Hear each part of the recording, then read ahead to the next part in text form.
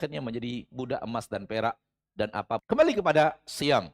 Dunia beserta isinya Allah ciptakan untuk kita nikmati. Namun ada sedikit hari di mana kita dilarang makan, dilarang minum. Hanya sedikit hari. Hari-hari itulah yang disebut dengan bulan Ramadan. Dan itu pun Allah tidak wajibkan semuanya. Kita tidak diwajibkan Allah puasa Ramadan full. Enggak diwajibkan. Betul atau tidak? Betul atau tidak? Apakah Ramadan itu puasanya wajib full? Kalau antum puasa full Ramadan, habis Ramadan antum mati. Enggak makan, enggak minum 30 hari. Ramadan puasanya diwajibkan hanya setengahnya. Karena Ramadan terbagi dua, ada siang, ada malam. Yang wajib puasa yang mananya? Siang, berarti setengah Ramadan.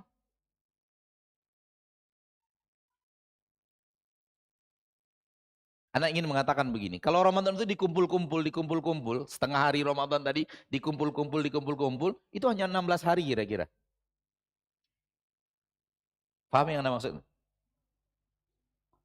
Jam Ramadan, jam puasa kita itu, mulai dari masuknya waktu subuh sampai masuknya waktu maghrib, dikumpul, di press, diambil jamnya, itu paling 16 hari.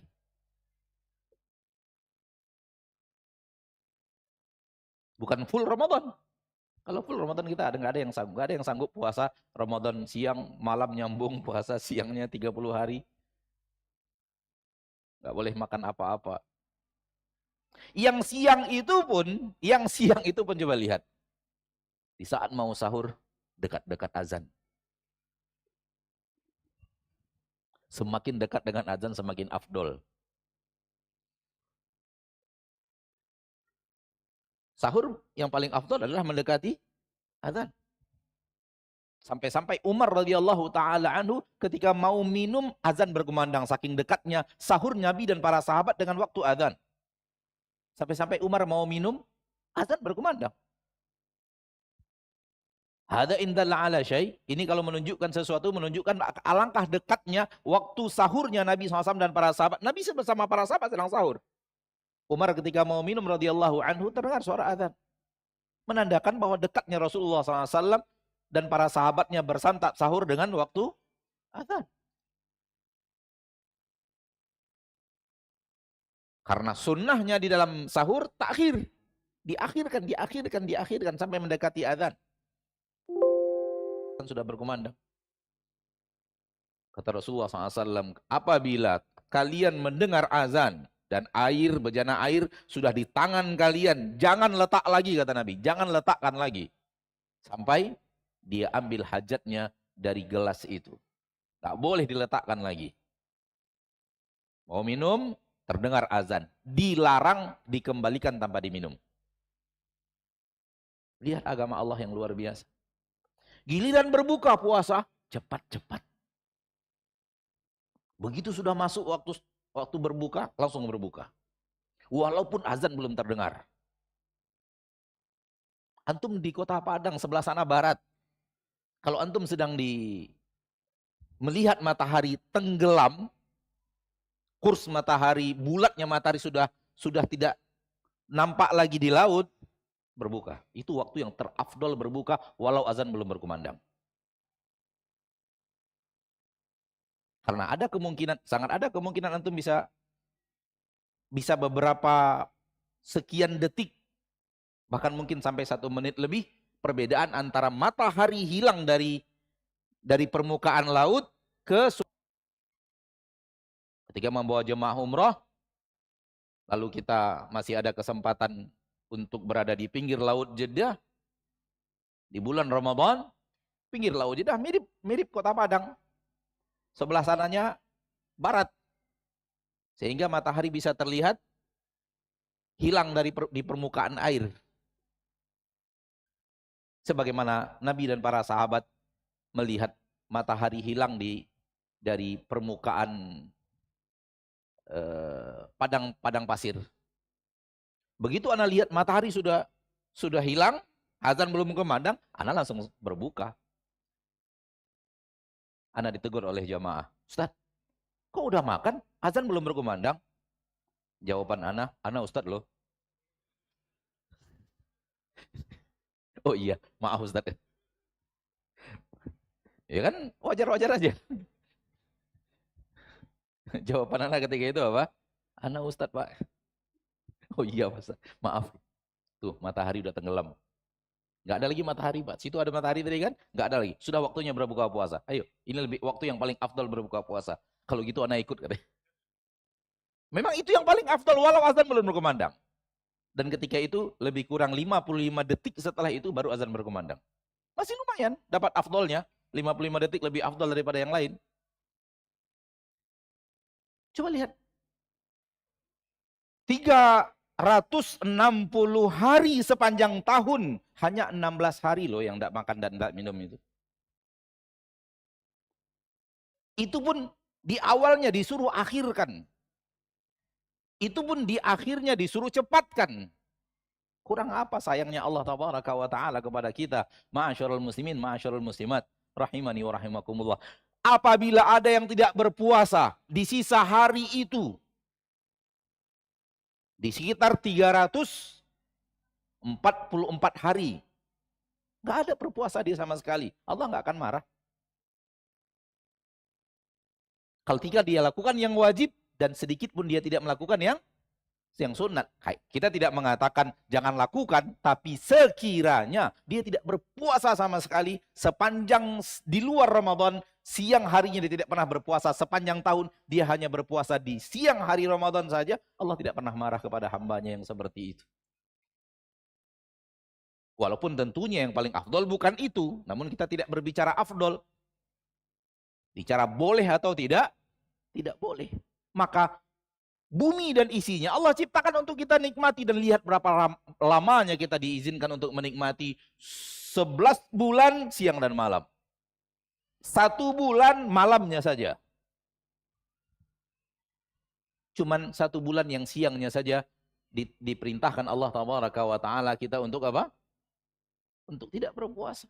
Lihat kasih sayang Allah.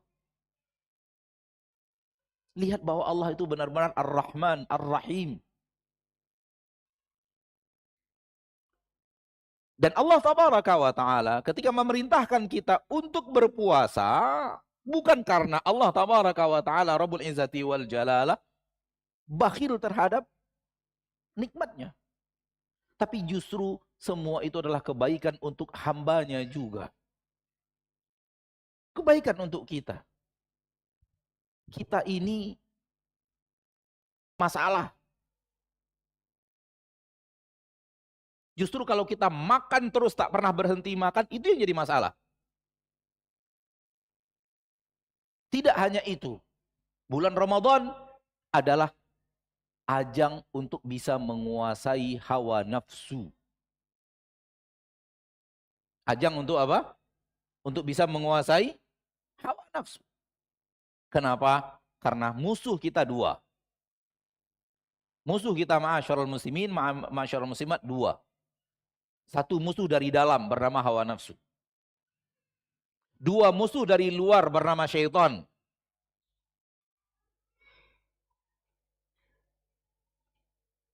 Dan itu yang akan selalu menggoda kita untuk hancur. Yang itu yang selalu menggoda kita untuk melakukan kesalahan kepada Allah Sang Pencipta. Rabbul Izzati wal Jalalah. Yang kita pasti akan menghadap kepadanya. Dan tidak akan bisa menghindar dari berdiri di hadapan Allah untuk mempertanggungjawabkan amal kita. Namun inilah negeri ujian. Inilah negeri di mana kita diberikan oleh Allah fitnah, ibtila. Dan sya'allah Allah berkehendak ada 2 musuh yang selalu mengajak kita untuk melakukan kesalahan itu. Pertama, musuh dari luar. Bernama syaitan, iblis dan bala tentaranya. Dan yang kedua, musuh dari dalam diri kita sendiri. yang selalu mengajak kepada syahwat yang dia cintai. Itulah dia hawa nafsu. Taib. Musuh yang dari luar Allah selesaikan di bulan Ramadan. Musuh dari luar apa? Sudah diselesaikan. Anda istirahat dari musuh luar. Kenapa? Rasulullah SAW bersabda, "Wasufidati syayatin." Rasul kita tercinta SAW bersabda, di bulan Ramadan syaitan-syaitan dibelenggu oleh Allah. Ada yang mengatakan belenggu maksudnya karena manusia itu lapar sehingga dia sulit untuk digoda. Para ulama menerangkan, para ahli akidah mengatakan hal-hal yang gaib harus diyakini sebagaimana teks Nabi SAW 100%. Hal-hal yang gaib, ini ambil kaidah ma'asyarul muslimin, ma'asyarul muslimat, rahimani wa rahimakumullah. Kalau Rasul sudah bicara gaib, jangan lagi, oh mungkin maksudnya begini, oh mungkin maksudnya begini, oh mungkin maksudnya begini. Tidak seperti yang Nabi katakan. Kias-kiaskan. Perkara yang gaib tidak bisa dibuat perumpamaan, nggak bisa. Perkara gaib harus diyakini seperti apa perkataan Allah tentang yang gaib, seperti apa perkataan Rasul tentang yang gaib. Seperti itu yakini. Karena manusia tidak mungkin lagi masuk ke alam gaib untuk melihat apa yang terjadi sebenarnya. Sehingga yang ada hanyalah kabar sahih. Sebuah berita yang sahih. Dan berita yang sahih harus menjelaskan sejelas-jelasnya. Kalau yang dimaksud hanyalah iblis tidak leluasa menggoda manusia, Nabi bukanlah orang yang kekurangan cara berbicara. Rasul adalah afsahun nas.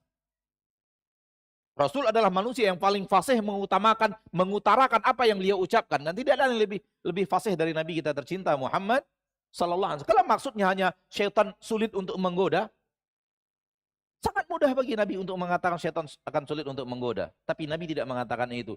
Syaitan dibelenggu oleh Allah. Maradatul jin, jin-jin yang ingkar, jin-jin yang selalu mengajak manusia berbuat maksiat, telah dibelenggu oleh Allah. Maknanya apa? Ya benar-benar dibelenggu. Tak ada makna selain apa yang dikatakan Nabi kita tercinta Muhammad sallallahu alaihi wasallam. Maka musuh bahagian luar sudah diselesaikan Allah. Dan ini kasih sayang Allah yang luar biasa.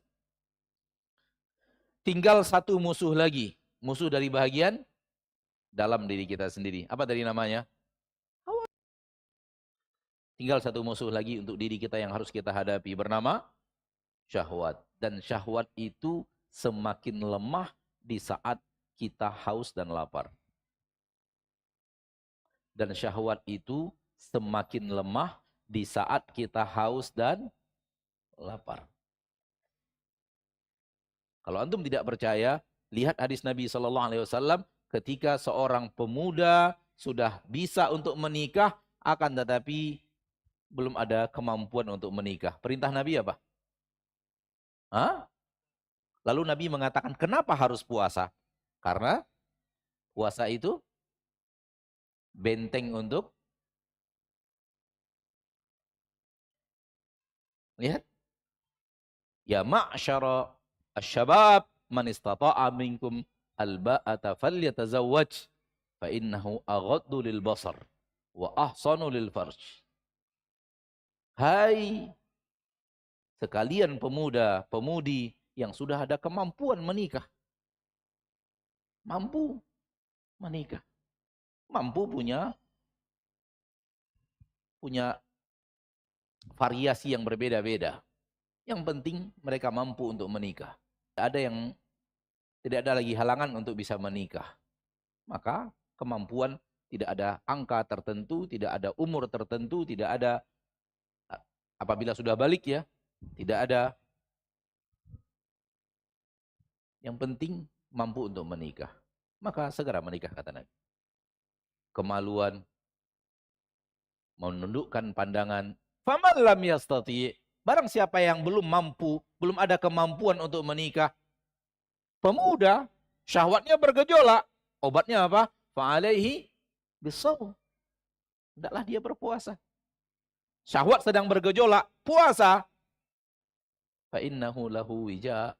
Karena itu adalah benteng pertahanan untuk syahwat. Menunjukkan bahwa syahwat akan ditundukkan dengan puasa. Puasa di dalamnya ada lapar dan haus. Maka syahwat manusia melemah. Bukan hilang, melemah.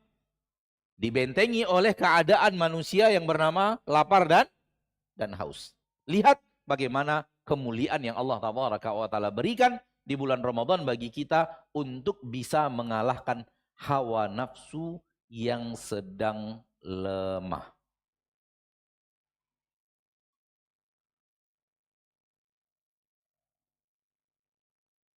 Musuh utama bernama syaitan sudah aman. Tinggal lagi musuh dari dalam diri sendiri. Itu pun sedang lemah. Maka kesempatan yang luar biasa bagi seorang muslim dan muslimah yang bertemu dengan bulan Ramadan menang terhadap musuhnya yang satu yang sedang lemah. Musuhnya awalnya dua. Dua-duanya bisa kuat. Namun sekarang musuhnya cuma satu. Itu pun gak kuat, sedang lemah. Maka antum bisa memastikan insya Allah Ta'ala manusia yang tidak bisa menguasai hawa nafsunya di Ramadan tidak akan sulit baginya untuk bisa menguasai, tidak akan bisa menguasai hawa nafsunya di luar Ramadan. Kalau musuhnya cuma satu dan itu sedang lemah, dia tidak sanggup taklukkan. Bagaimana dia akan menaklukkan satu namun kuat? Bagaimana kalau dia menaklukkan dua yang sedang kuat? Dan ini yang diinginkan Allah Ta'ala di antara keutamaan Ramadan, di mana Anda harus berhasil untuk menaklukkan nafsu yang sedang melemah. Banyak orang mengatakan begini, Ustadz, syaitan sudah dibelenggu. Kenapa maksiat masih ada? Jawaban ana, emang maksiat semuanya dari syaitan? Tidak semua maksiat datang dari syaitan. Sebagian maksiat datang dari nafsu. Dan sebahagian maksiat datang dari syaitan yang bukan jin. Syaitan yang bukan jin. Dianya sudah syaitan. Syaitan terbagi dua. Minal jinnati wan nas. Qul a'udzu birabbin nas, malikin nas, ilahin nas, min syarril waswasil khannas, alladzi yuwaswisu fi sudurin nas. Ada dua syaitan itu, minal jinnati wan nas. Ada syaitan jin, ada syaitan manusia yang ada di dalam hadis belenggunya, dan itu nyata, belenggunya hanya syaitan jin. Syaitan manusia enggak dibelenggu.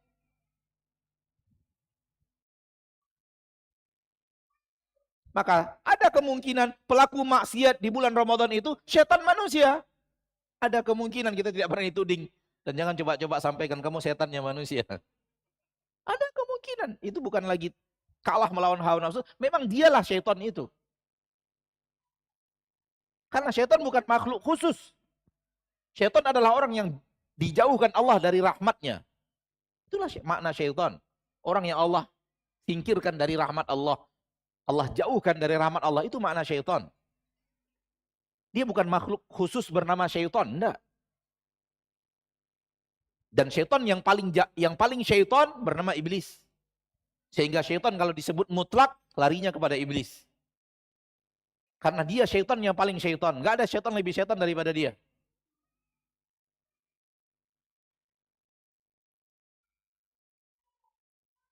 Maka maksiat apabila terjadi di dalam Ramadan, ada kemungkinan manusianya sendiri sudah syaitan, ada kemungkinan manusia yang belum juga menang melawan nafsunya yang sedang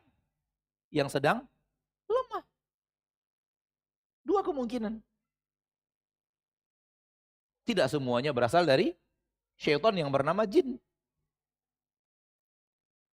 Ma'asyarul muslimin wal muslimat rahimani wa rahimakumullah. Bukankah menangnya seorang muslim, menangnya seorang muslimah melawan syaitan, menangnya seorang muslim dan muslimah melawan hawa nafsu adalah syarat mutlak untuk menjadi manusia yang diridhoi oleh Allah dan syarat mutlak untuk menjadi penduduk surga. Itu dia. Allah tabaraka wa taala sedang menginginkan engkau menang.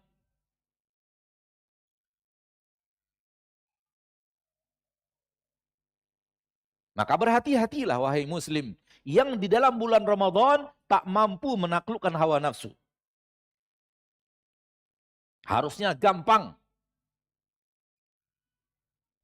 Harusnya tidak butuh effort yang sangat keras untuk menaklukkan hawa nafsu. Karena dia sedang lemah.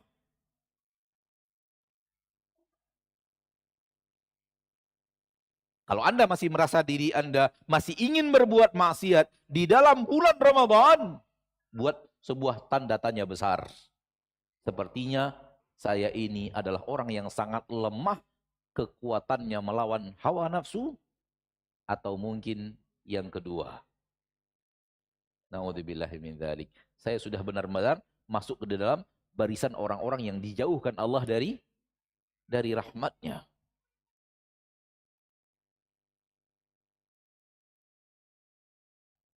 Maka bulan Ramadan tujuannya adalah memberikan kepada kita kemenangan. Dan bagaimana kemenangan itu bisa kita pertahankan setelah 30 hari berlatih melawan musuh yang lemah.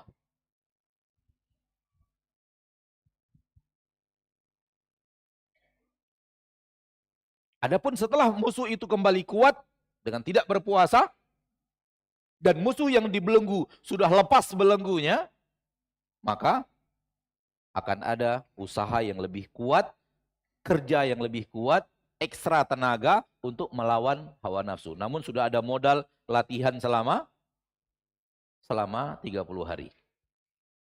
Karena selama Ramadan itu, latihan hawa nafsu itu selama Ramadan.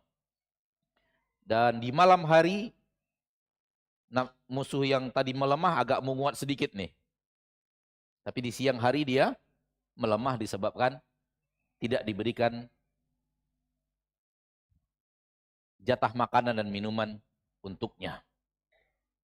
Dipersempit ruang geraknya di dalam diri.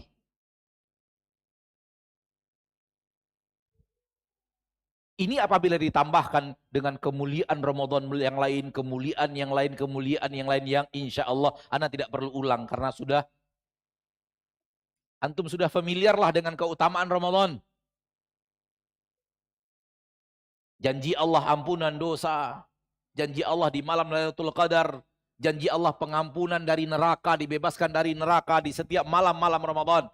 Walaupun Rasul yang mengucapkannya, itu adalah janji Allah, bukan janji Rasul. Rasul hanya muballigh anillah, orang yang ditugaskan menyampaikan janji-janji Allah, orang yang ditugaskan menyampaikan ancaman-ancaman Allah. Apapun yang dijanjikan oleh Rasulullah SAW, janji dari Allah. Apapun yang diancamkan oleh Rasulullah SAW, ancaman yang datang dari Allah.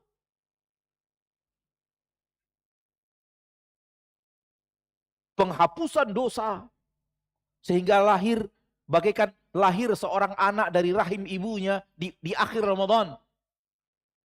Ini keutamaan yang luar biasa. Kesalahan kita, berapa banyaknya kesalahan? Di saat musuh sedang lemah, di saat kita sedang berpuasa, di saat kita sedang melakukan ketaatan seperti itu, di akhir dari Ramadan, kharaja kayaumi waladat ummu. Dia keluar dari bulan Ramadan bagaikan keluar anak dari rahim ibu.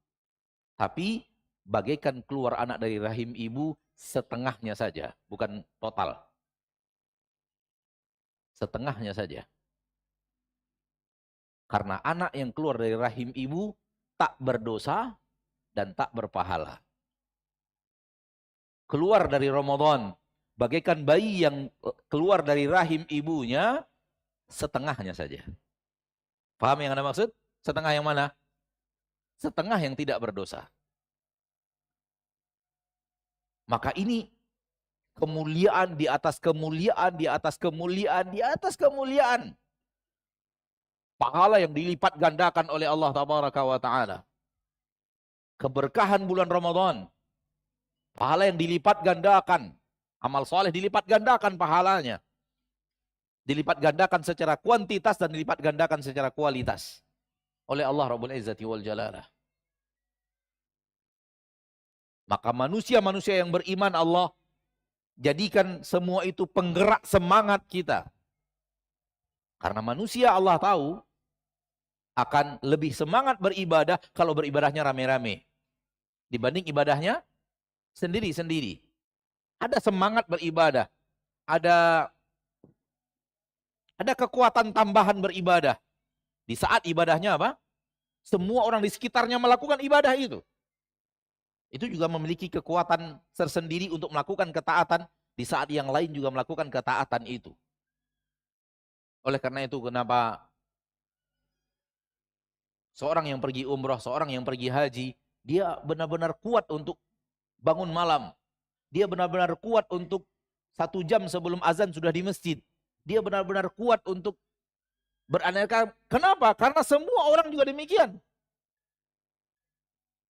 Bahkan ketika dia bangun 1 jam sebelum azan subuh ke masjid, dia sudah merasa terlambat karena dia masuk masjid, masjid udah full.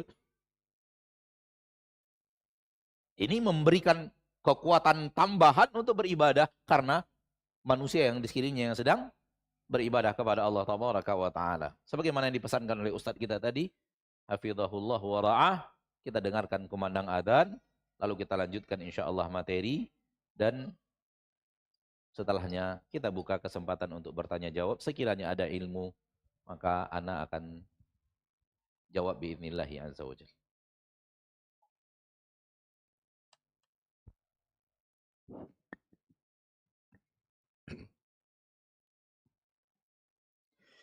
الله أكبر الله أكبر الله أكبر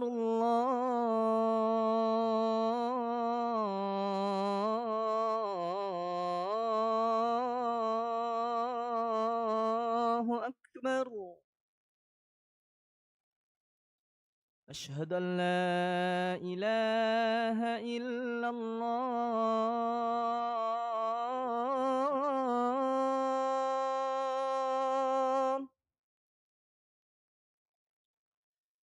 أشهد أن لا إله إلا الله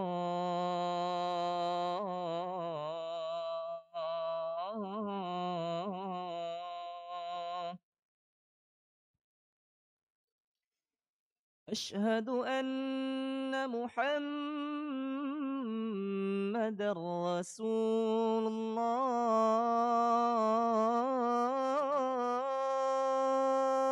الله أشهد أن محمدا رسول الله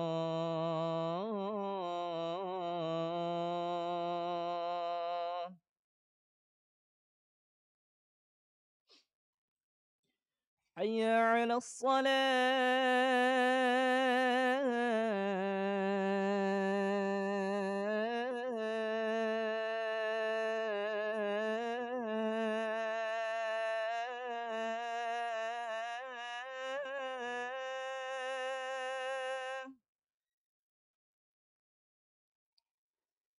حي على الصلاة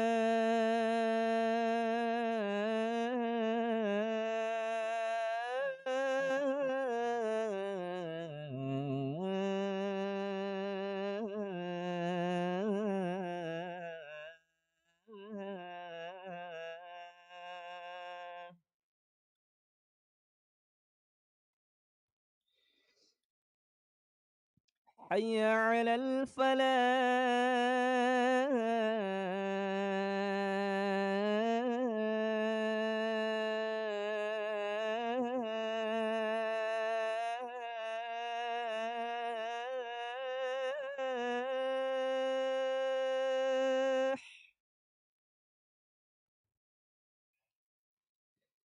حي على الفلاح.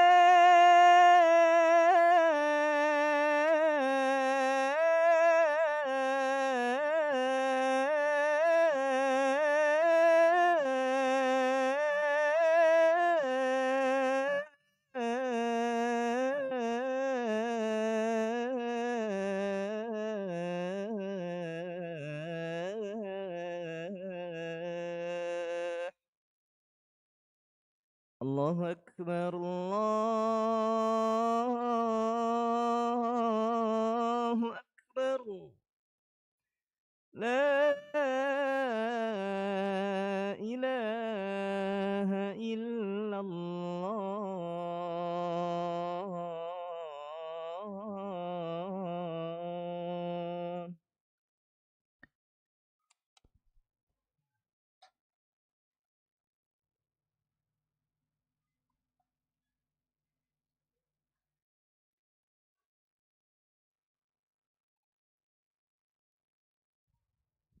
Ma'asyiral muslimin wal muslimat rahimani wa rahimakumullah. Apa yang sudah kita katakan tadi sebelum azan berkumandang adalah muqaddimah tentang beberapa nasihat berikutnya, poin-poin nasihat berikutnya yang ingin Anda sampaikan. Mana Allah tabaraka wa ta'ala Maha Makasih dan penyayang kepada hamba-hambanya. Dan Allah menciptakan dunia dan isinya untuk hamba-hambanya, untuk dinikmati oleh hamba-hambanya. Kalau ataupun Allah memberikan perintah, perintah yang sangat sedikit. Kalau Allah memberi larangan, larangan yang sangat sedikit. Dan perintah dan larangan yang Anda maksud di sini perintah wajib dan larangan yang harus dihentikan yang bernama larangan yang haram. Ini yang Anda maksud. Kalau perintahnya perintah sunnat, maka kalau kita gunakan waktu kita dari awal bangun sampai tidur lagi untuk ibadah, nggak habis-habis ibadah yang bisa kita laksanakan kepada Allah tabaraka wa ta'ala. Akan tetapi Allah tidak mewajibkannya.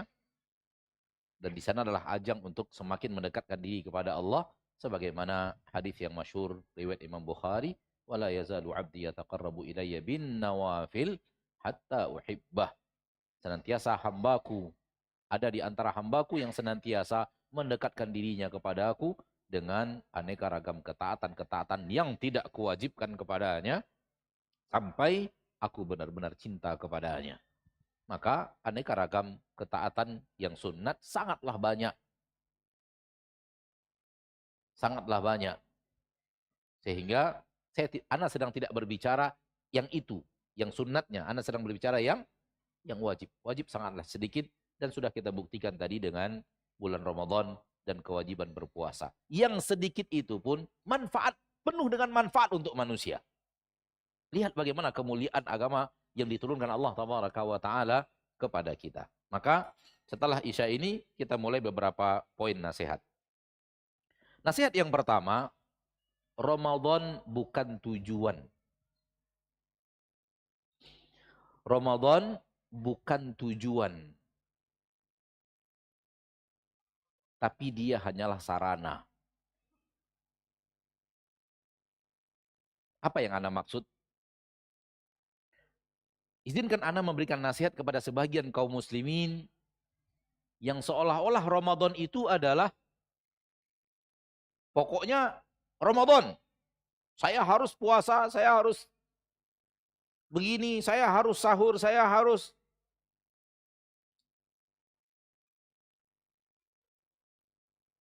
Sehingga setelah bertemu Ramadan, bertemu tujuannya, hilang Ramadan, sudah hilang, sudah habis. Ramadan bagaikan hari-hari yang lain, namun di hari spesial. Ramadan bagaikan bulan-bulan yang lain, namun dia lebih spesial saja. Dia bukan tujuan. Dia hal yang spesial untuk tujuan. Semoga difahami apa yang Anda maksud. Kalau maksudnya adalah tujuan, dia hanya sampai kepada titik lapar dan haus. Pokoknya saya harus lapar dan haus.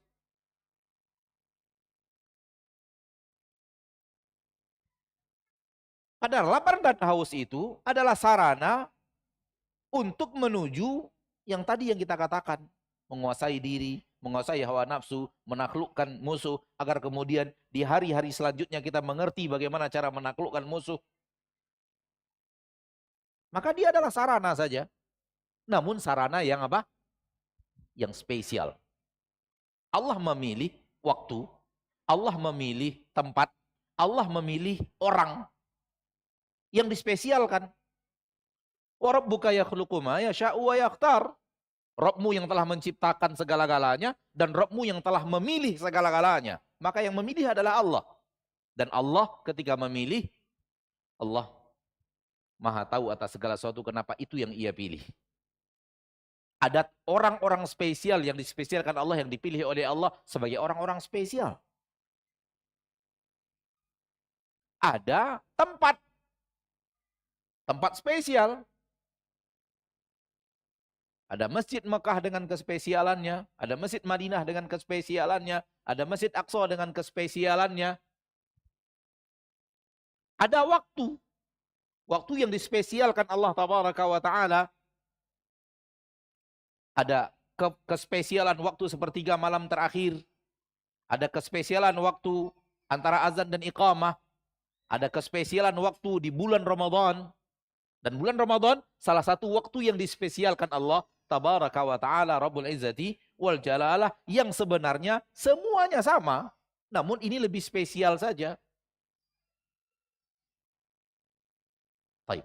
Ketika manusia hidup, dia harus sadar bahwa dia hidup untuk mendekatkan dirinya kepada Allah. Di setiap hari, di setiap bulan, di sepanjang tahun. Maka tujuan hidupnya adalah mendekatkan dirinya kepada Allah. Sedekat-dekatnya. Oleh karena itu seluruh ketaatan dalam agama kita disebut taqarrub, aksi mendekatkan diri kepada Allah. Seluruh ketaatan. Kenapa kita baca Al-Quran? Kita harus ingin mendekatkan diri kita kepada Allah. Kenapa kita sholat? Kita ingin mendekatkan diri kita kepada Allah.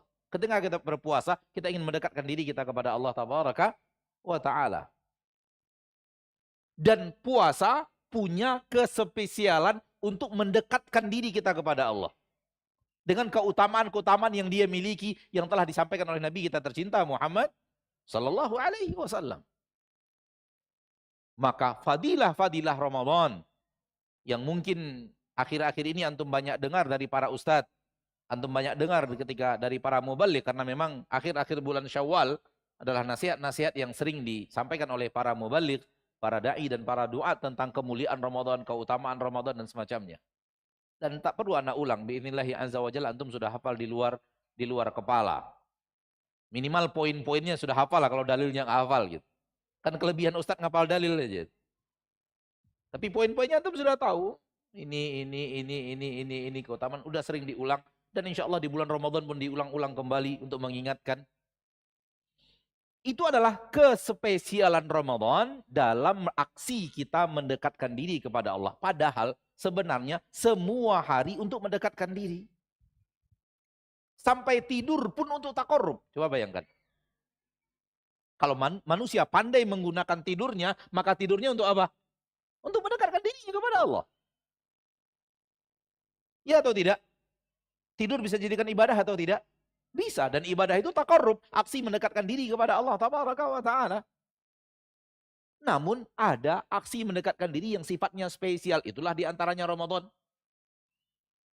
Ada pengampunan, ada jin ada yang dibelenggu, ada hawa nafsu yang sedang melemah, ada pelipat gandaan amal saleh, ada manusia-manusia yang diberikan semangat lebih, ada kebersamaan dalam ketaatan.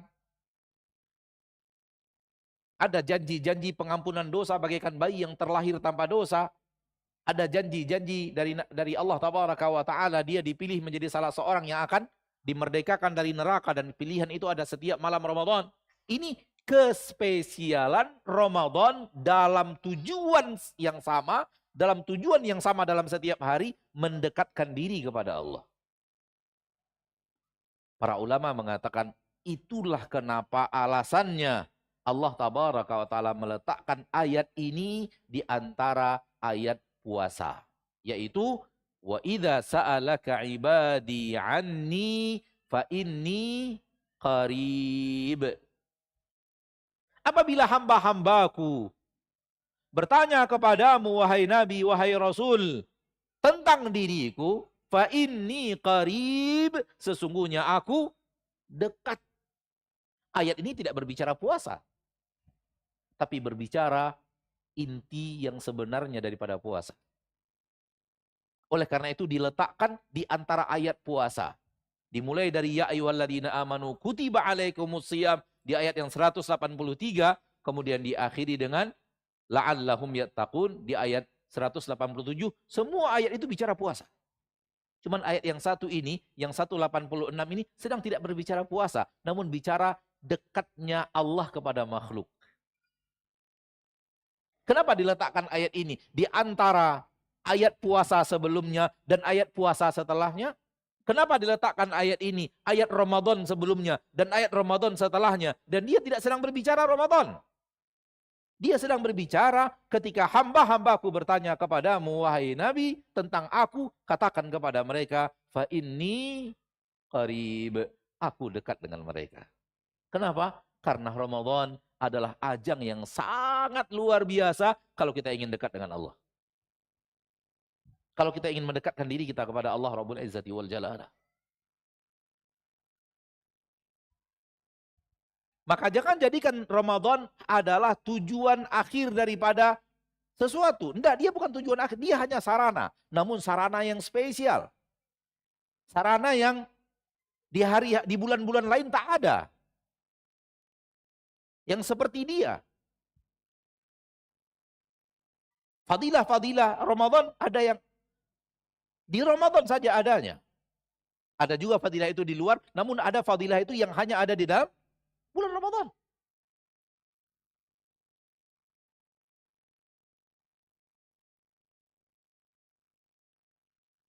Ma'asyiral muslimin, ma'asyiral muslimat, rahimani wa rahimakumullah. Maka gunakan Ramadan yang Allah pilih sebagai hari-hari spesial untuk mendekatkan diri kepada Allah. Allah telah memilih Ramadan sebagai hari-hari spesial untuk tujuan, yaitu mendekatkan diri kepada Allah tabaraka wa ta'ala. Ini yang penting. Jangan sampai Ramadan itu tujuan, yaitu ingin makan, ingin tidak makan, tidak minum, ingin sholat. Selesai sholat, selesai Ramadan, sudah selesai tujuannya, balik ke acara awal. Acara yang tidak diizinkan syariat. Karena dia sudah sampai ke tujuannya sudah pergi, dia pun hilang daripada Ramadan itu dan hilang ketaatannya. Tidak demikian. Hari-hari sebenarnya semuanya adalah hari-hari tujuan. Hari-hari melangkah kepada Allah, mendekat kepada Allah dengan aneka ragam ketaatan. Namun yang di Ramadan ini adalah hal yang spesial. Kalau hari-hari biasa kita naik kendaraan yang mungkin ngebutnya hanya bisa maksimal 40-60 km per jam. Di bulan Ramadan kilometernya cepat. 100, 130, 140 km per jam kendaraannya. Ini hanya sebagai permisalan kalau andai kita memahami apa yang Anda maksud. Dia adalah sarana kendaraan yang kita gunakan untuk mendekatkan diri kita kepada Allah tabaraka wa ta'ala. Dan dipilih oleh Allah Ramadan menjadi hari-hari yang spesial untuk itu. Maka Allah telah menciptakan dan Allah yang memilih. Maka Allah memilih bulan apa? Ramadan. Ini nasihat yang pertama. Nasihat yang kedua, Allah yang menciptakan dan Allah juga memilih. Namun di poin ini yang ingin Anda sampaikan, ketika kita bertemu dengan Ramadan, maka Allah telah memilih kita untuk bertemu Ramadan. Maka kita wajib bersyukur. Karena ketika Allah memilih, Allah juga memilih orang-orang yang akan bertemu Ramadan. Itu pilihan Allah.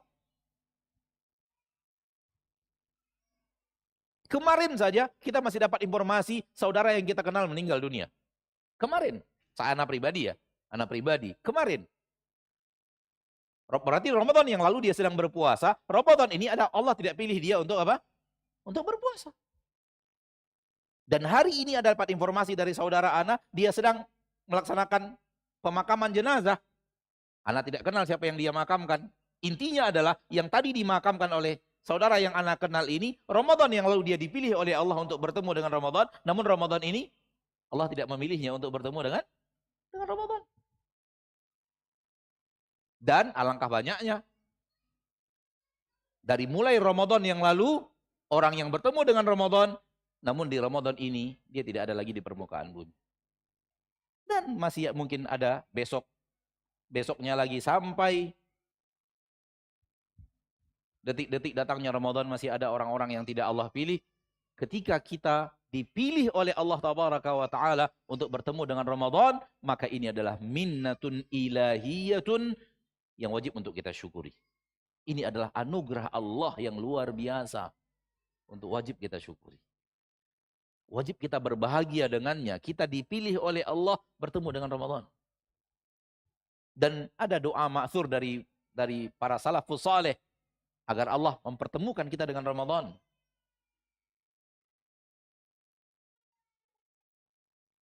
Ma'asyarul muslimin, namun yang ingin Anda sampaikan, bergembiralah, berbahagialah, bersyukurlah apabila Anda ternyata dipilih oleh Allah untuk bertemu dengan bulan pilihan Allah.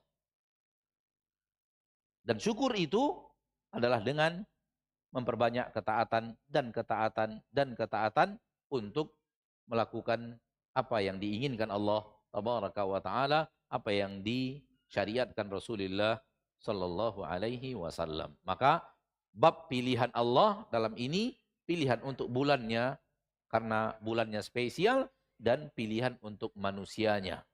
Karena manusia yang masuk Ramadan pun manusia yang dipilih oleh Allah Tabaraka wa Ta'ala. Poin berikutnya,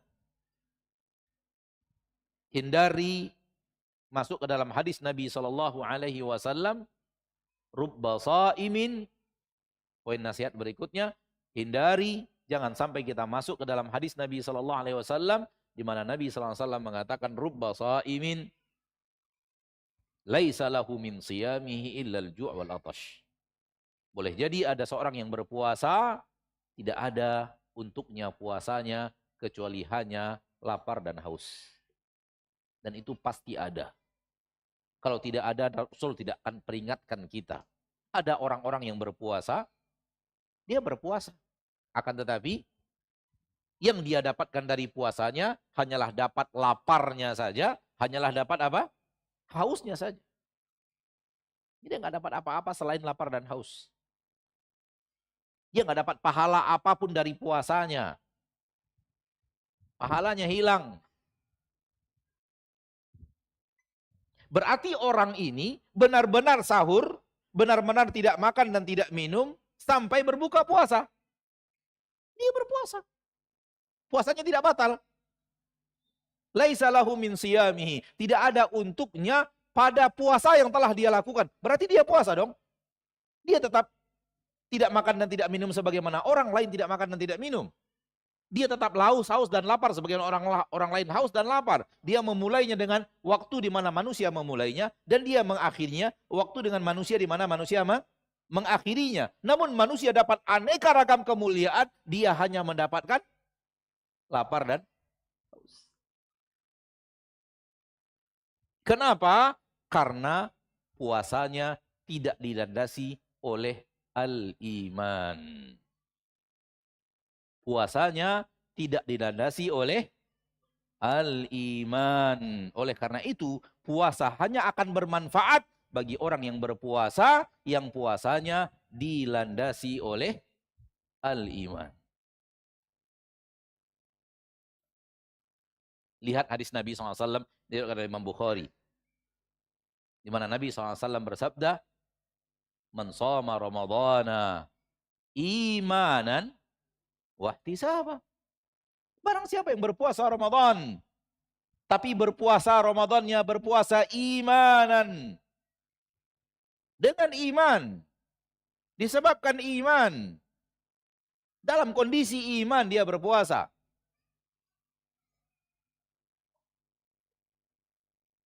Wahtisaban, dia sangat berharap ini diterima oleh Allah Tabaraka wa Ta'ala. Setelah dia lakukan dengan penuh keimanan, dengan anggota badannya, hatinya penuh dengan harapan, ya Allah terima persembahan puasaku ini.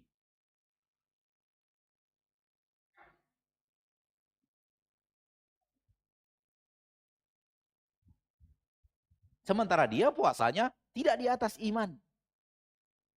Dan inilah kenapa ketika menyuruh kita berpuasa, ketika Allah mewajibkan kita berpuasa, Allah memanggil ya ayyuhalladzina amanu. Kutiba alaikumusiyam. Hai orang-orang yang beriman. Akhi fiddin. Berimankah namanya? Orang yang berpuasa, orang yang beriman puasakah namanya? Orang yang sedang berpuasa tetap melakukan transaksi riba. Apakah ini orang yang beriman yang sedang berpuasa? Apakah ini orang yang beriman yang sedang berpuasa? Riba tetap dia kerjakan. Tanda tangan riba tetap dia laksanakan. Sedang tidak makan, tidak minum ini. Namun, tanda tangan riba. Pinjaman riba.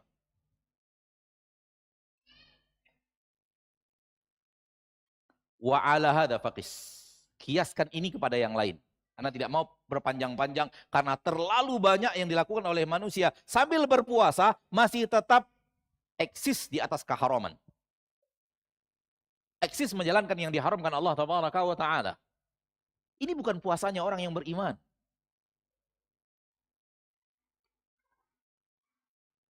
Yang diinginkan Allah Tabaraka wa Ta'ala puasanya siapa? Orang yang beriman.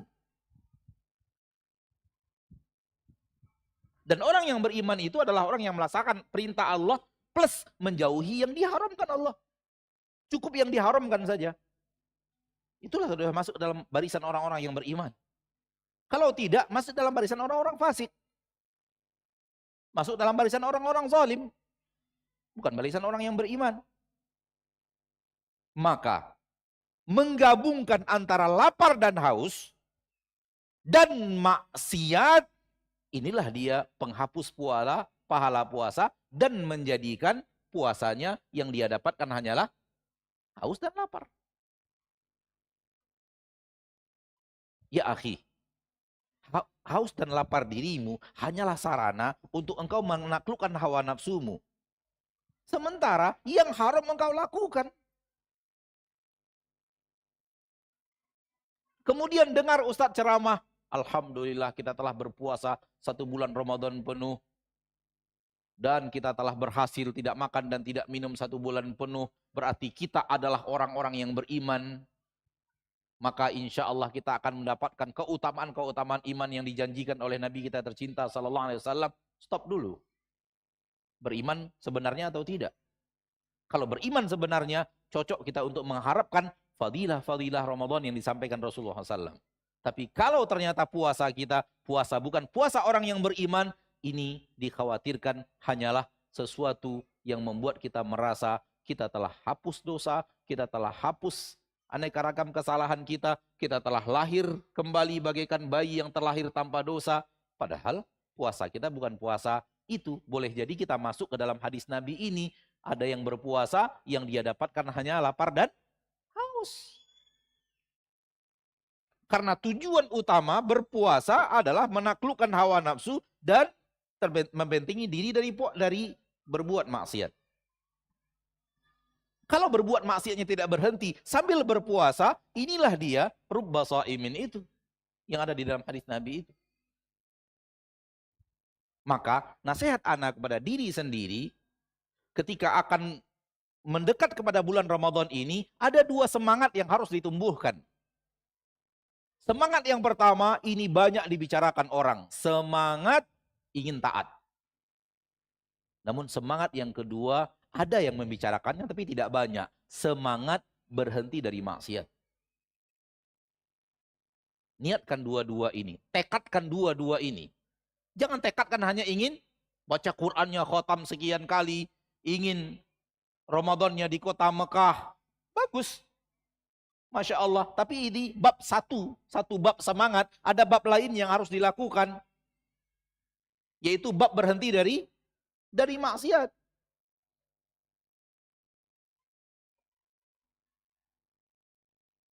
Karena bab berhenti dari maksiat ini apabila tidak dikerjakan, Yang dikerjakan hanya bab melakukan ketaatannya saja, kemudian bab berhenti dari maksiat ini, dikhawatirkan kita bukan orang-orang yang beriman. Kalau bukan orang yang beriman, dikhawatirkan fadilah-fadilah puasa yang tadi dijanjikan Allah melalui Rasul tercinta, kita tak dapat.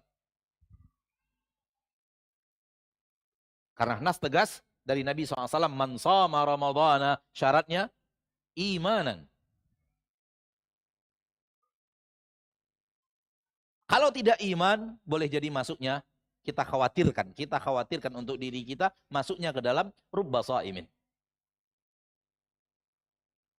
Maka saudaraku, saudariku, hadirin wal hadirat, wal musyahidin wal musyahidat, tumbuhkan dua semangat. Siapkan dua semangat. Siapkan dua tekad. Dan kalau dua tekad ini kita benar-benar kita lakukan, harapannya kita benar-benar orang yang beriman yang sedang berpuasa. Benar-benar orang yang beriman yang sedang qiyam Ramadan. Benar-benar orang yang beriman di malam Lailatul Qadar.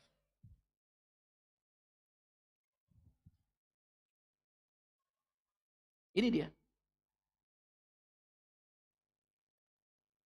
Fa in ta'jab, apabila Anda ingin heran, maka heranlah kepada sebagian kaum muslimin yang melakukan maksiat spesial Ramadan.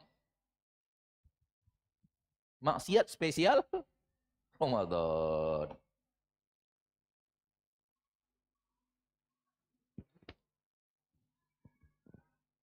Mau dikatakan apa untuk orang-orang seperti ini? Maksiat seperti itu hanya dia lakukan di dalam bulan Ramadan.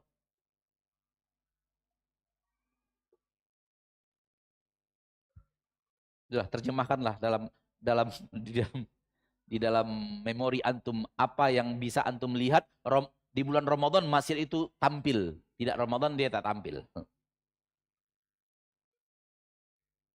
Itu yang Anda maksud. Walaupun antara satu daerah dengan daerah yang lain berbeda-beda.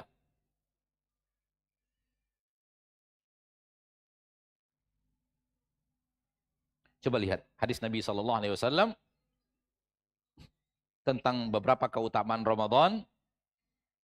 Namun kita tidak berbicara keutamaan Ramadannya, bukan itu bahasan kita sekarang. Coba lihat hadis Nabi SAW. Di dalam riwayat tentang keutamaan itu beliau menyebutkan, fa in sabbahu ahadun au qatalahu falyaqul inni umru'un shaim. Dalam riwayat lain inni shaim, tanpa menyebutkan umru'unnya. Kalau engkau sedang berpuasa wahai mukmin, kalau engkau sedang berpuasa wahai mukminah, sedang berpuasa ini, tiba-tiba ada orang yang marah-marah kepadamu, lalu mencaci maki dirimu. Langsung di hadapan kita, dia marah-marah dan caci maki kita.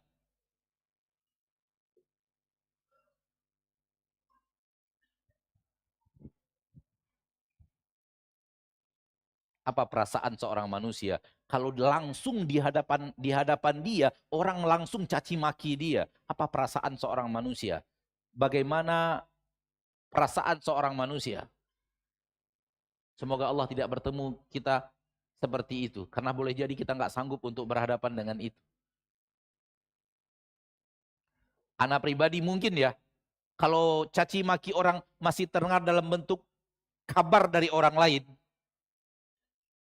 Ustadz, si Anu caci maki antum, dia mengatakan antum begini, antum begitu. Si Anu mengatakan tentang antum, berarti kan datangnya dari orang lain nih. Ini masih hati ini ada gejolak juga sih, tapi antum bisa bayangkan nggak kalau kita langsung orang itu ngomong ke kita, apa yang dinukilkan tadi, langsung orang tersebut datang dan menyebutkan itu di depan kita.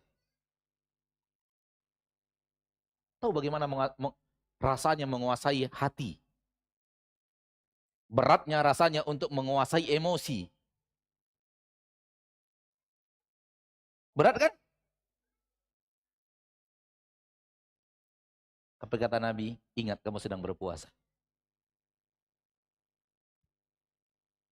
Ingat kamu sedang berpuasa.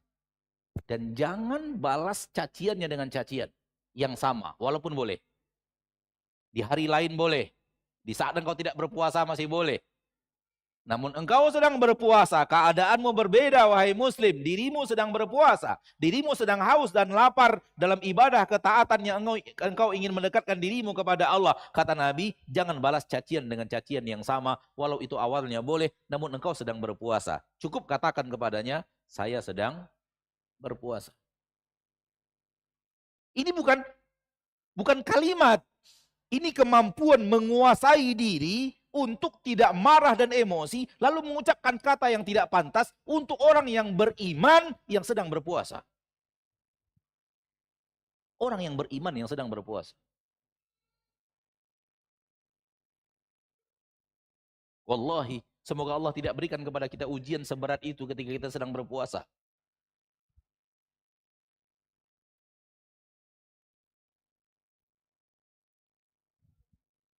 Apalagi kalau orang caci maki kita, ada orang lain yang dengar.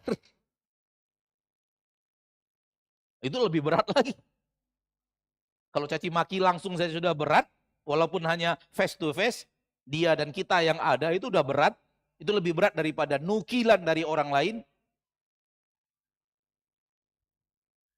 Apalagi kalau sudah face to face, dari wajah dia langsung ke wajah kita dengar langsung, ada orang-orang lain di samping kita. Banyak pula orangnya misalnya. Murid-murid kita pula lagi. Makin berat itu untuk bisa menguasai hati dan tetap menjadikan engkau orang mukmin yang sedang berpuasa. Janganlah Denny. Mau ke depannya nama kamu buruk, mau ke depannya orang nanti mengatakan engkau begini, engkau begitu, dia menyebarkan fitnah, jangan lawan. Cukup sampaikan kepadanya, maaf saya sedang berpuasa, saya tidak bisa melakukan apa-apa, saya sedang berpuasa. Coba lihat, ini dia puasa masyaallah muslimin. Ini dia puasa.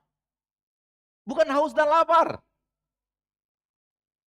Puasa adalah aksi bagaimana engkau menjadi orang yang tidak berbuat maksiat. Walau jiwamu sedang marah ketika itu, jangan berbuat maksiat. Tahan dirimu dari perbuatan maksiat. Siapa yang sanggup coba? Di depannya langsung dia dicaci maki. Ada orang lagi di samping kiri dan kanannya. Siapa yang sanggup menahan? Kecuali orang-orang yang benar-benar sadar bahwa dia sedang berpuasa dan dia harus menjaga puasanya.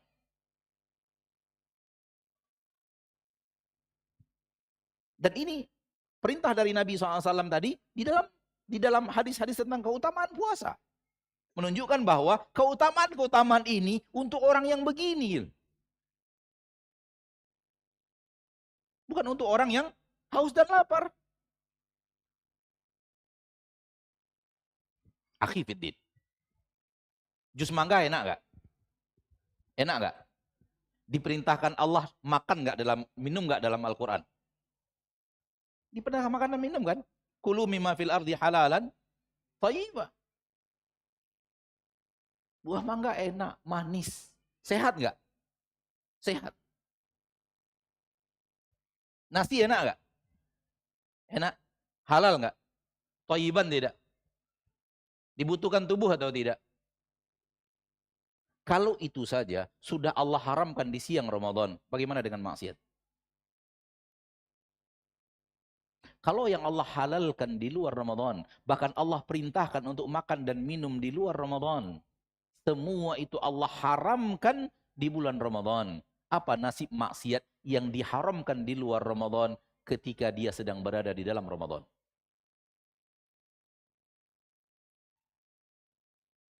Yang Allah perintahkan, makan minum, kulu mimma fil ardi halalan thayyibah, lezat, bermanfaat, bergizi, mendatangkan energi, bermanfaat untuk kesehatan di luar Ramadan, Allah haramkan di bulan Ramadan.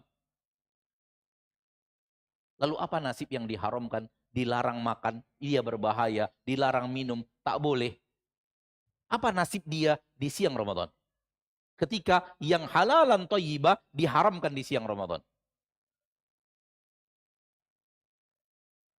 Fahamlah kita, seorang yang berbuat maksiat ketika dia sedang berpuasa, maksiatnya itulah yang telah menghancurkan puasanya.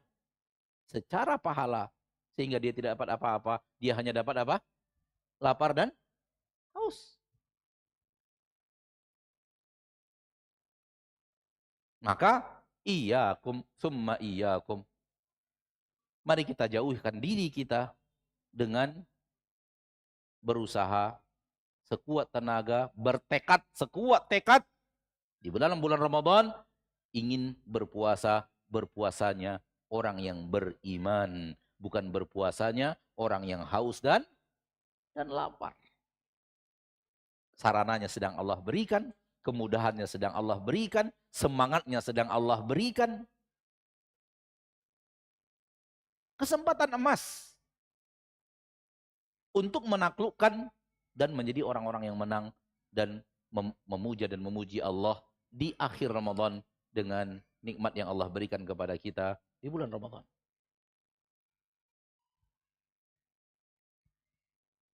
Dan kalau ini kita lakukan, maka sangat layak kita minta kepada Allah, sangat layak kita minta kepada Allah Tabaraka wa Ta'ala doa-doa kita agar kita dimasukkan ke dalam salah seorang yang dikatakan oleh Rasulullah SAW mendapatkan keutamaan-keutamaan yang dijanjikan oleh Allah melalui lisan Rasulullah Sallallahu Alaihi Wasallam.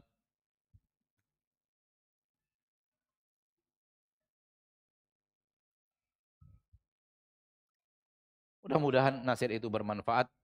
Maka mungkin ini nasihat Ana pada kesempatan yang berbahagia ini. Dan Ana tutup nasihat sebelum kita buka tanya jawab. Sekiranya ada yang ingin ditanyakan dan Ana ada jawabannya. Nasihat yang terakhir ringan saja. Tapi pada dasarnya Ana tidak ingin memberikan kepada antum. Karena Ana yakin sudah antum amalkan. Ana ingin memberikannya kepada sebahagian saudaraku dan saudariku yang mendengar nasihat ini. Sekarang atau dalam rekamannya nanti yang diulang, nasihat bahwa masuknya Ramadan apabila hilal Ramadan telah terlihat dan tidak dianggap Ramadan telah masuk apabila hilal Ramadan belum terlihat. Dan itu nas tegas dari Nabi kita tercinta sallallahu alaihi wasallam.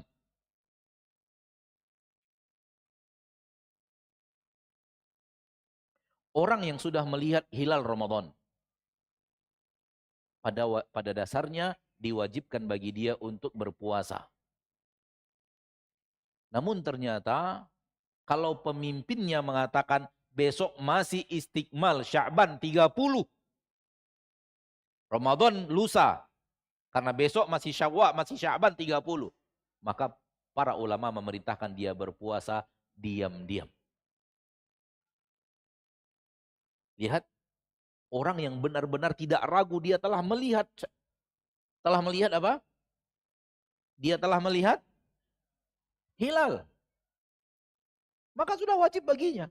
Idza ra'aitumuhu fasumu, idza ra'aitumuhu fa'aftiru. Kalau engkau melihat hilal Ramadan, engkau berpuasa. Kalau engkau melihat hilal Syawal, engkau berbuka. Tak boleh lagi puasa karena hilal Syawal sudah kelihatan. Namun orang ini melihat dan persaksiannya tidak diterima dan dia yakin telah melihat hilal. Kemudian pemerintah membuat keputusan yang berbeda dan memerintahkan rakyatnya untuk tidak berpuasa namun istiqmal Sya'ban 30 hari, maka orang ini puasa, tetap wajib berpuasa, namun dia puasa diam-diam. Hal yang sama kalau dia melihat hilal Syawal.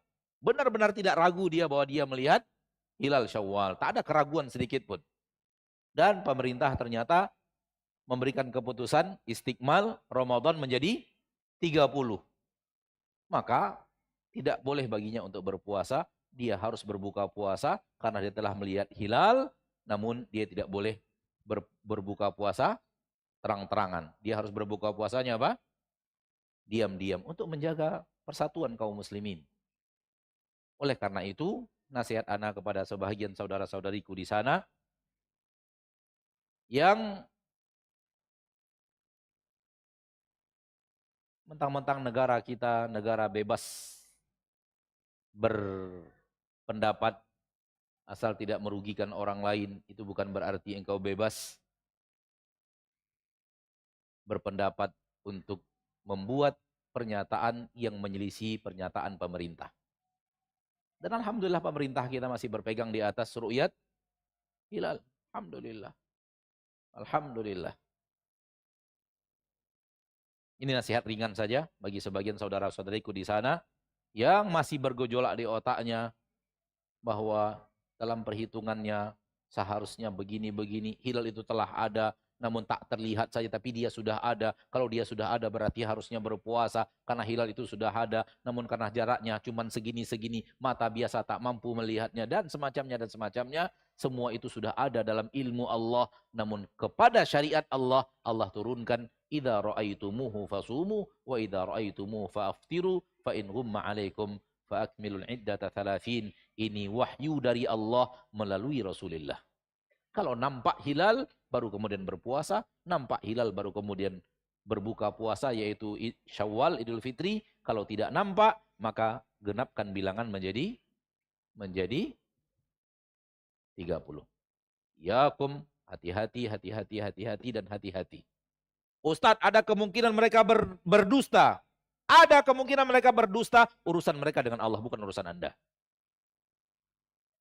Urusan mereka dengan Allah, bukan urusan Anda. Anda ditipu, urusan mereka dengan Allah, bukan urusan Anda. Anda menjalankan perintah Allah Tabaraka wa Ta'ala dari Nabi kita tercinta Muhammad Sallallahu Alaihi Wasallam. Itu pun baru kemungkinan, itu pun baru tudingan, itu pun baru. Wallahu Ta'ala a'la wa a'lam. Berikutnya kita isi dengan tanya jawab sampai waktu yang dimudahkan Allah Subhanahu wa Ta'ala. Sekiranya ada pertanyaan yang ana ada ilmunya, kalau tidak maka ana akan katakan Allahu a'lam bissawab. Allahu a'lam, dan silakan bertanya kepada para ustadz yang lebih ahli dan lebih berilmu. Wassallallahu wasallam ala abdi wa rasulih. Silakan dengan pertanyaannya.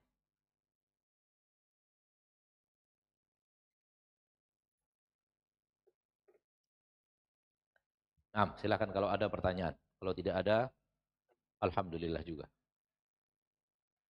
Silakan Pak. Silakan. Assalamualaikum warahmatullahi wabarakatuh. Iya.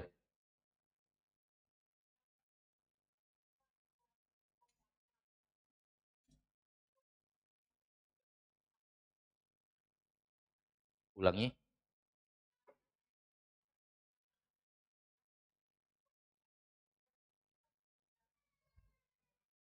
Karena, ada karenanya enggak?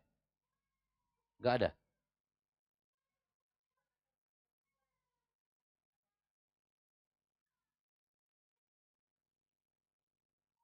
Bagaimana kita mengingat kematian agar meluruskan bagaimana makna mengingat kematian agar meluruskan tujuan penciptaan hidup kita mendekat kepada Allah. Enggak ada karenanya ya? Ada orang yang mengingat kematian, tapi hasilnya positif. Ada orang yang mengingat kematian, hasilnya negatif. Ada yang hasilnya positif, dan ada yang hasilnya negatif. Mengingat kematian itu ada dua.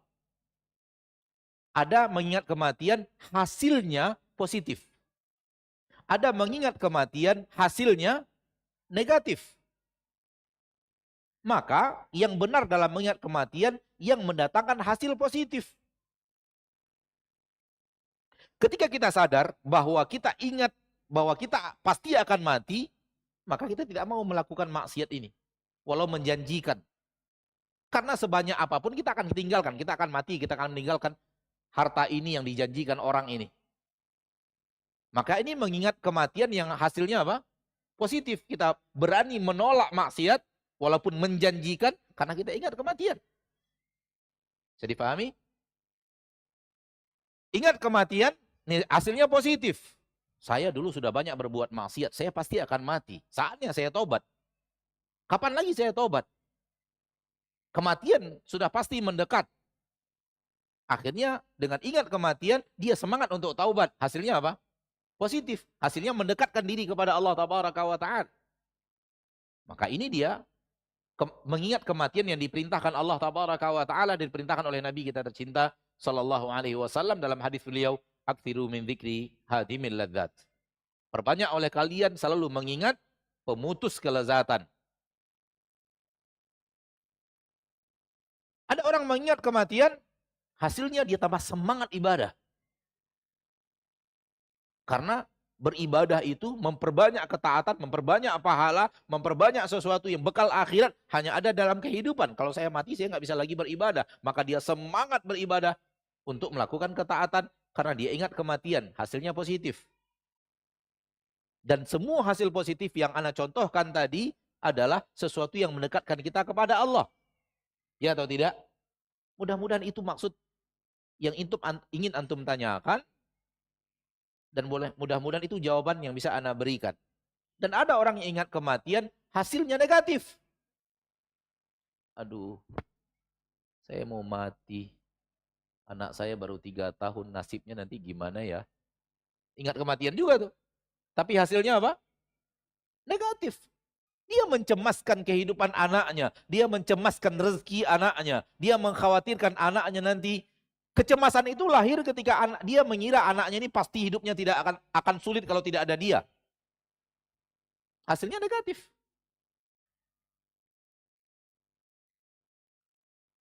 Karena disebabkan hasil yang negatif itu, mulai dia asuransikan. Dia simpan hartanya untuk anak, masuk asuransi yang sifatnya judi. Negatif juga jadinya. Ada orang yang ingat kematian, lalu ingat dosanya yang sangat banyak, ingat mati, akhirnya takut. Negatif juga jadinya. Ada. Saya pernah bertemu orang yang ingat kematian, lalu yang ada dalam hidupnya itu khawatir saja. Hari-hari malam-malam saya mau tidur itu sulit, mau tidur saat ingat mati, saya merasa ingat di dalam kubur, saya takut diazab malaikat segala macam, sehingga takut yang berkepanjangan merongrong jiwanya. Itu ingat kematian yang dia adalah negatif. Justru yang benar adalah kalau memang Anda pernah berbuat maksiat, ingat kematian, taubat. Karena Allah Tabaraka wa Ta'ala pasti mau menerima taubat kalau kita serius dalam taubat, kalau kita belum mati. Selagi kematian belum datang, Allah akan pasti terima taubat. Maka semangat untuk bertaubat, kalau ingat kematian akan mendatangkan hasil yang positif. Maka lihat saja, mengingat kematian itu hasilnya bermanfaat untuk kebaikan agama kita, kalau justru merusak kita, kalau merusak datangnya dari syaitan. Datangnya dari apa? Dari syaitan. Wallahu ta'ala a'la wa alam.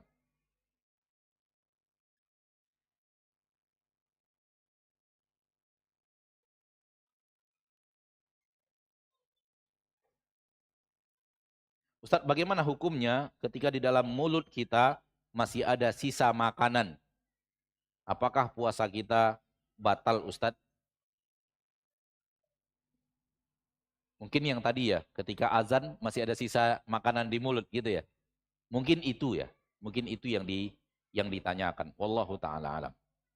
Sejauh yang Anda tahu, fatwa para ulama, dia disamakan dengan minum yang tadi. Kalau sudah di tangan dan sudah di mulut, disamakan dengan hadis Umar tadi, dilanjutkan dan tidak membatalkan puasa. Wallah, ini fatwa ulama yang Anda tahu dalam bab ini.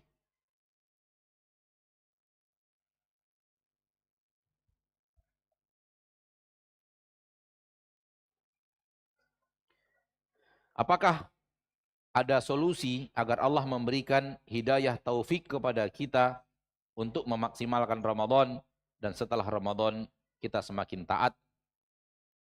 Kalau hidayah taufik yang antum maksud, maka semua itu di tangan Allah. Karena hidayah taufik hanya ada di tangan Allah. Innaka la tahdi man ahbabta, walakinallaha yahdi man yasha. Ini perbedaan hidayah taufik dengan hidayah yang bukan taufik. Karena hidayah taufik hanya di tangan Allah. Allah yang memberikan hidayah taufik. Maka yang ada adalah ikhtiar untuk mendapatkan hidayah taufik. Yang ada hanyalah apa? Ikhtiar. Kemampuan kita ikhtiar. Hidayah taufik kita tidak ada cara untuk itu. untuk pasti untuk mendapatkannya itu tidak ada. Yang ada adalah ikhtiar kita untuk mendapatkan hidayah taufik. Dan Allah tabaraka wa ta'ala maha pengasih dan penyayang. Kalau dilihatnya semangat kita benar, jalan kita lurus, hati kita bersih, kita bertaubat, kita benar-benar berusaha berpuasa dalam puasanya orang yang beriman, kita benar-benar melakukan aneka ragam hal yang dicintai Allah, dan benar-benar berusaha lari dari aneka ragam yang dimurkai Allah tabaraka wa ta'ala, maka Allah tabaraka wa ta'ala maha pengasih dan penyayang, dan ketahuilah Allah lebih ingin dekat kepadamu dibanding engkau lebih ingin dekat kepada Allah. Maka berhusnuzon. Setelah berikhtiar maksimal, lakukan husnuzon, tidak ada selain itu. Maka tidak ada cara untuk dapat hidayah taufik, yang ada hanyalah ikhtiar dan hasilnya di tangan Allah. Dan ketahuilah Allah lebih ingin mendekatkan dirinya kepada engkau dibanding engkau ingin mendekatkan diri kepada Allah. Lihat hadis Nabi SAW, apabila hambaku mendekatkan, hadis Nabi, hadis Qudsi dari Nabi SAW, Allah berfirman, apabila hambaku mendekatkan kepada dirinya kepadaku satu jengkal, aku mendekat satu hasta. Kalau dia mendekat kepadaku satu hasta, aku mendekat ba'an, satu depah. Apa dia datang kepadaku berjalan, aku datang kepadanya berlari, berlari kecil. Maka menunjukkan bahwa Allah lebih ingin kita mendapatkan kebaikan dibanding kita ingin mendapatkan kebaikan. Allah ingin kita mendapatkan kemuliaan lebih daripada kita ingin mendapatkan kemuliaan. Oleh karena itu apabila kita berusaha maksimal, maka yang ada setelah itu husnudzon, bukan kepastian. Nah,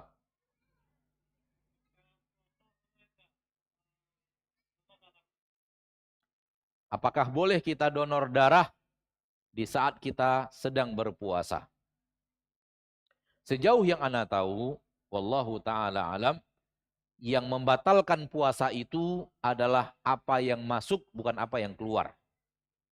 Apa yang masuk, bukan apa yang keluar. Namun, lebih baik berjaga-jaga untuk tidak melakukan itu karena ada khilaf di kalangan para ulama dalam bab itu. Namun, pendapat wallahu alam bahwa itu tidak membatalkan puasa lebih kuat. Namun, karena ada khilaf di dalamnya, tinggalkan selama bulan Ramadan di siang hari ketika kita sedang berpuasa. Sampai di sini pertemuan kita pada kesempatan yang berbahagia ini. Semoga Allah tabaraka wa ta'ala Rabbul Izzati wal Jalalah wa Rabbul Jabaruti wal Malakuti wal Kibriyai wal Azamah menjadikan kita orang yang mengerti apa itu Ramadan dan apa yang harus kita lakukan di dalam Ramadan. Mudah-mudahan dengannya timbul semangat menggebu-gebu untuk taat, sembari semangat menggebu-gebu untuk tidak menghancurkan pahala ketaatan itu. Subhanakallahumma wa bihamdika asyhadu an la ilaha illa anta astaghfiruka wa atubu ilaik. Assalamualaikum warahmatullahi wabarakatuh.